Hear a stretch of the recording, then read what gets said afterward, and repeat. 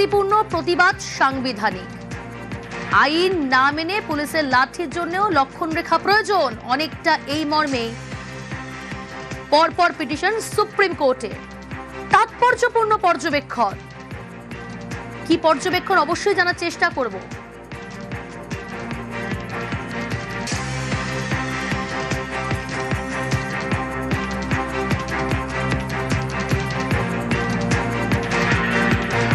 পুলিশের লাঠির জন্যও লক্ষণ রেখা প্রয়োজন, অনেকটা এই মর্মেই পরপর পিটিশন সুপ্রিম কোর্টে। তাৎপর্যপূর্ণ পর্যবেক্ষণ এলো প্রধান বিচারপতির পক্ষ থেকে। প্রধান বিচারপতি সূর্যকান্ত বলে দিলেন, আজ কড়া পর্যবেক্ষণ, পুলিশের লাঠির জন্যও লক্ষণ রেখা প্রয়োজন।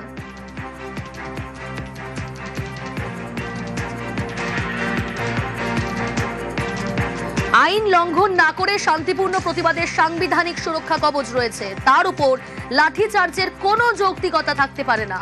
দেশ জুড়ে নিট আন্দোলনকারীদের প্রতিবাদ কর্মসূচিতে একাধিক জায়গায় পুলিশের বাড়াবাড়ির অভিযোগ উঠেছে। একাধিক পিটিশন জমা পড়েছে সুপ্রিম কোর্টে।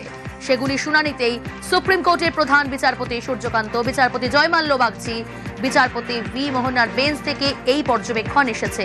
প্রধান বিচারপতির বেঞ্চ মনে করে পুলিশি দমন পীড়নের অভিযোগগুলি স্বাধীন ও নিরপেক্ষ তদন্ত হওয়া প্রয়োজন এবং দেশ জুড়ে শান্তিপূর্ণ প্রতিবাদের সময় পুলিশ কেমন আচরণ করবে তার একটা প্রোটোকল থাকা উচিত।